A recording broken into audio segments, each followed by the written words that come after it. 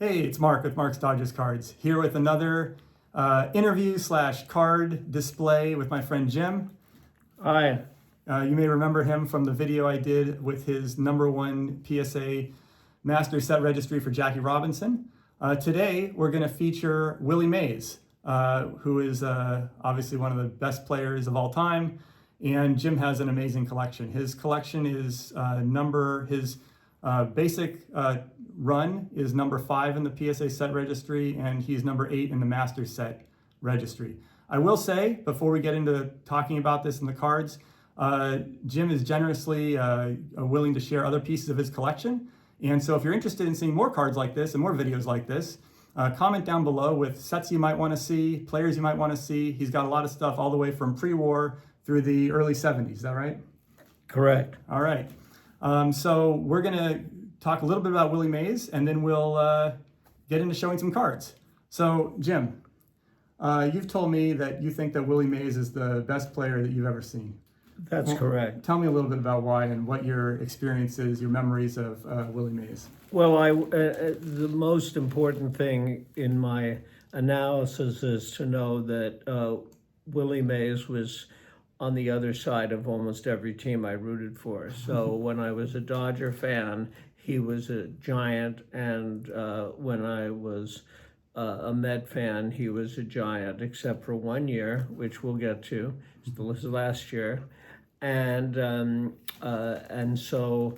but his skill was undeniable. He was the #1 all-around player that I've ever seen in my life, which baseball-wise goes back 70 years. From 1955, those are the first games I remember seeing to the present. I was just at a Giants game a week ago, or 2 weeks ago. So Willie Mays had the unique combination of hitting, fielding, and batting. And running. And so his fielding was unbelievable. His catch in 1954 World Series off of Vic Wertz is probably what most people remember, but he made remarkable fielding plays his entire career, and he could also throw the ball. Maybe Clemente was a little better, but not much. And so, and that's really not necessary to compare them because the fielding was really good. His batting, of course, he hit 600 odd homers. I think it's 660, but I may be wrong. He was probably the best home run hitter outside of Babe Ruth and Hank Aaron. But his all-around play, his batting, his fielding, and his running made him the best player of all times, at least in my lifetime. I didn't see Ty Cobb or Chris Speaker or Lou Gehrig or Babe Ruth, but since 1950s, he is the best. Jim, are there any specific memories of games that you saw him play or plays that he made or things that he did that really stand out in your memory? Well, the thing that stands out the most in my memory was I was a Met fan in 1962 and 3 when they played in the Polo Grounds. And the Giants, I think, lost 1 or 2 games to the Mets every season in that point in time.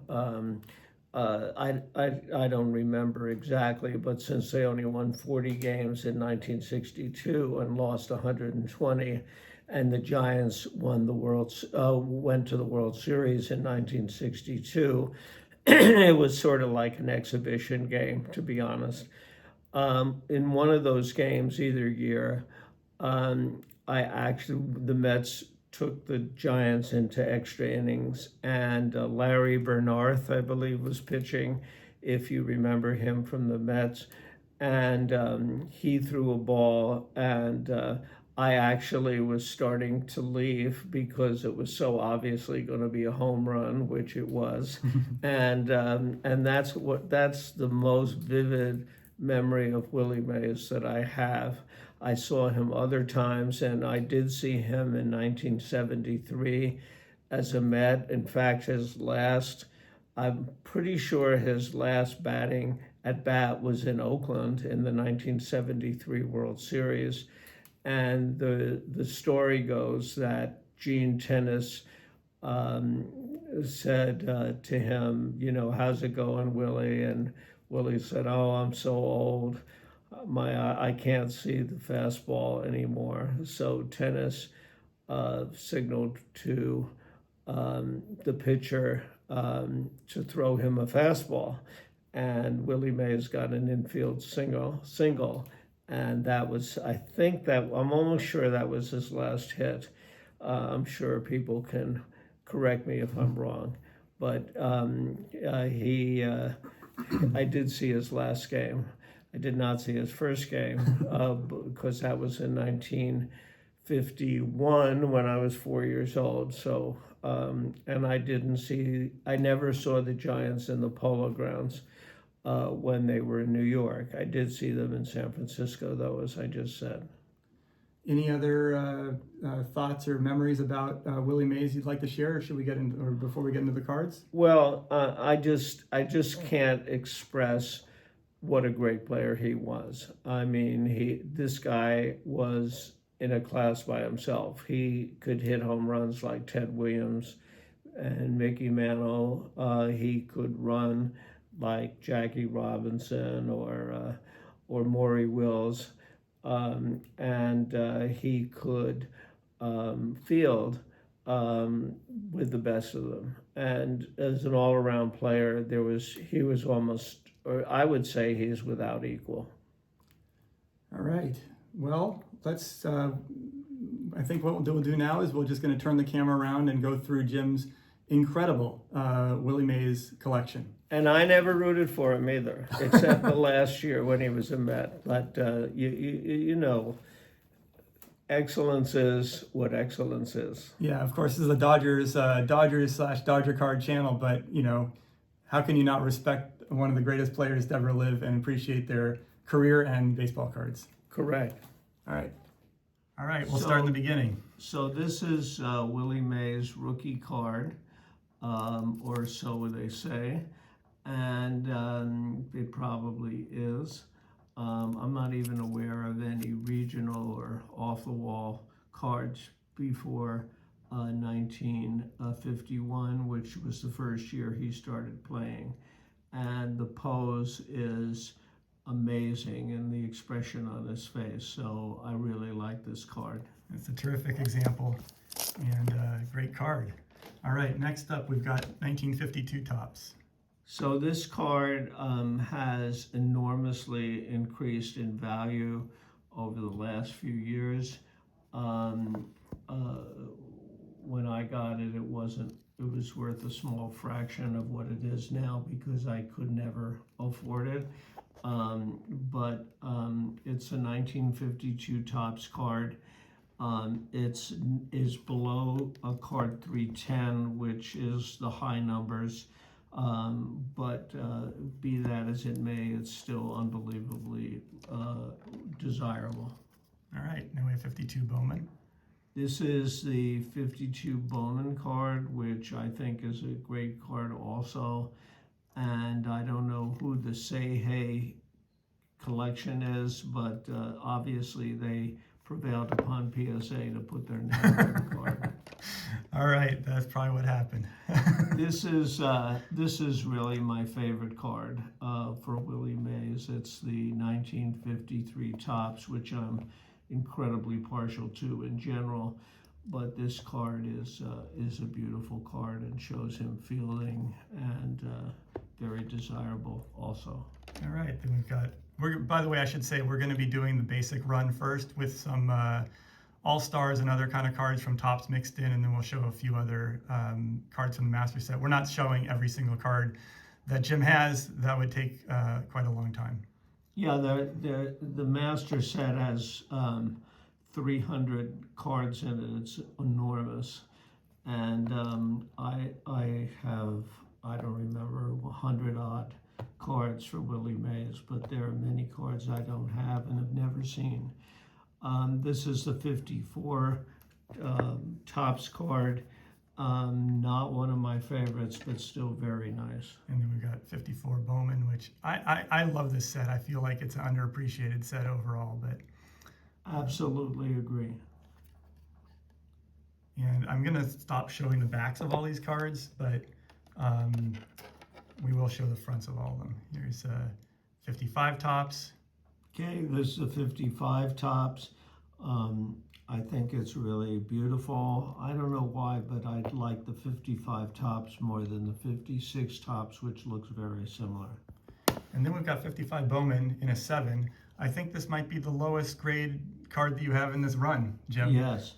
Still a beautiful card. Well, Bowman, because of the sides of the television, is a very difficult card to get in a high grade.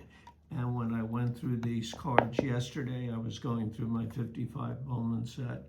I noticed that immediately and I started looking for it, but it was not there. Yeah, it's a beautiful card. Yes. And then we have 56 Topps. Yes, so 56 Topps is a nice card, but I don't like it as much as the 55, but that doesn't mean I don't like it. And then we've got 57. 57 Topps shows Willie Mays batting, and I think it's a great picture and a great card. The centering on some of these cards coming up is really incredible. That 57 was great. Here's 58. The 58 Topps is... This is my favorite set. Really? Yep. I think it's the year the Giants moved to San Francisco. It's his first card as a San Francisco Giant. It's sad for me, but now that I'm in the San Francisco Bay Area, I'm not so sad as I used to be. And here's one of my favorite cards. This is Rival Fence Busters, Willie Mays and Duke Snider. Beautiful card. Right, and it's a great picture too. And of course, from 58 is also the first year that Topps had All-Stars. And here's the Willie Mays All-Star. Another great card. We got 59. Right, this one has a better background, I think, than the 58 All-Star because you can see Willie Mays' face kind of jumps out at you in a way that it doesn't with the All-Star card in 58 because it's too busy, but this is a great card. And we didn't pull it, but you have a Venezuela version of that too. Right. And then this is the famous Mays Makes Series History with a catch. So this catch was off of Vic Wertz, and the Cleveland Indians had won over 110 games that year, and they were heavily favored in the World Series, but the Giants beat them 4-0. And this, I believe this catch was in the first game. We're gonna just also note that Willie Mays has a large number of all-star cards, leaders cards. We're not gonna show all of those, but those are also part of his master set. Here's 1960 Topps, incredibly sharp card here. Okay, PSA gave that a 9. And then also from 1960, Master and Mentor, also in a 9. Very nice. I should say that Bill Rigney, for those of you who don't know, Bill Rigney was the manager, and I think he was a player also. He had a career that lasted many, many years.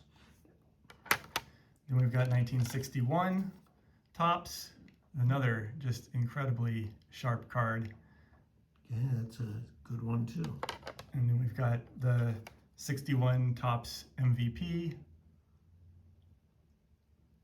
That's a really underappreciated card because, as I said earlier, I like a plain background, and this Willie Mays, you can almost feel his presence in this card because it's just him, and nothing else. Yeah, and then a lot of people love these all-star cards from '61 with the newspaper and jumping out through it. Yep. There we go. Then we've got 1962. Here's his basic card.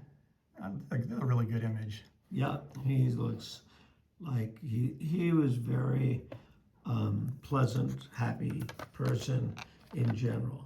I mean, he could get angry, but he was more pleasant than angry. And then, of course, this manager's dream. And yeah, that would be a dream. Yes. We've got 1963 tops. Yep. 1964 tops. Yep, another great card. And then this one with Orlando Cepeda. Orlando Cepeda was a great player for the Giants also, and they were often hit in order, and that was pretty devastating. Here's 65, one of, I think, the nicer looking sets in the 60s. It's like the pennant, love it. 66 tops. And of course, you can't show 66 without showing this leaders card, which is extremely popular. Well, I think the three players that are shown are three of my all-time favorites. 67. That is also, as I said before, the plain background makes his face kind of jump out, which I like. And then 67 with McCovey. What a great duo there. Yeah. Very nice. And 68 tops. And then this is a sweet card. Killebrew, Mays, and Mantle all in one card. And this is so sharp. Look at that. 69. Another example of a blurry plain background where his face kind of jumps out at you. 70. It's getting towards the end of his career now. Yeah, but you know, he still could hit it then. 71. This smudge is on the wrapper, not the card. Yeah, I wouldn't get a native if it were smudged on the card. This card, I would say, is it's okay. A 10. Well, I'm very partial to the 1972 set. I started collecting it very early, and the cards are relatively underlined, inexpensive compared to the ones in the 50s. But this was Major League Baseball's attempt to be psychedelic, and I think they somewhat succeeded. And then obviously the inaction card. And then we have Willie Mays's last solo card. He was, of course, in the 1974 set in a part of the World Series subset. 73. This is 73. Yeah. But he's also part of the World Series subset in 74, but Right. it's an action card, not a solo card. Right. Yeah. Sorry. Yeah. And Willie Mays, his last at bat was during this World Series, and it was a base hit. All right, now we're going to get into cards that are beyond the tops and Bowman. So we're going to start first with, I'm going to move these out of the way so we have a little more room. And we're going to start first with a couple of exhibit cards. First, there's this 47 to 66 exhibits in a 9. This is part of the Willie Mays, the Mays Fan Club collection, for whatever that's worth. Well, I don't know who they are, but It's a beautiful card, evidently nonetheless. they were good enough to prevail upon PSA to put their name on the card. And this is a very high grade for an exhibit card. I should note that Jim has an incredible exhibits collection of through the years, and this is an example. And then here's this one. This card there are very few PSA 10s in exhibit cards, and to have him in a 10 is almost, well, it is unique. And I feel very happy to have this card. And these are all blank backs. Yes. All right. Let's just leave that there. All right. Now we have. I pulled a couple of bazooka cards. 1960 bazooka hand cut. Yes, this is cut out of a sheet, and so the person wanted just authentic grain, so that's what they got. And I guess it goes with the 61. They're Right. This person went for a grade, and he got a 3. very similar. Yes. All right. Then we have the 1961 new card scoops. Yeah, this is a really nice set. Underappreciated, but I agree. I think there's a lot of really great cards in this set.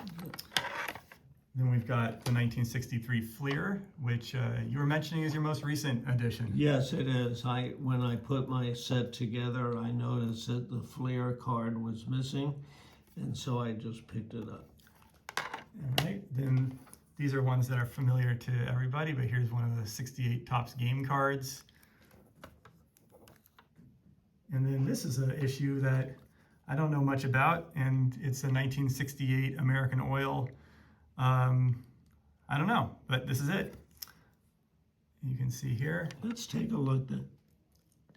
Okay, I think there's some reason why the $10 is there.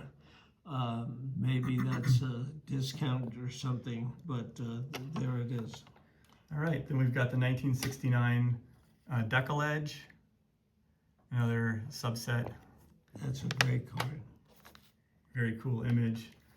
The 1969 MLB photo stamps hand cut. The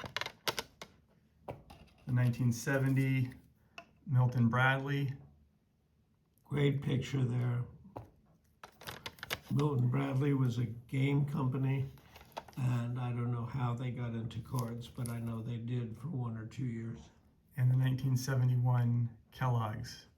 Everyone knows who Kellogg's is. They're a cereal, and they briefly put cards out, and I think they appeared for a while on their cereal packages. like a decade or something like Yeah. that.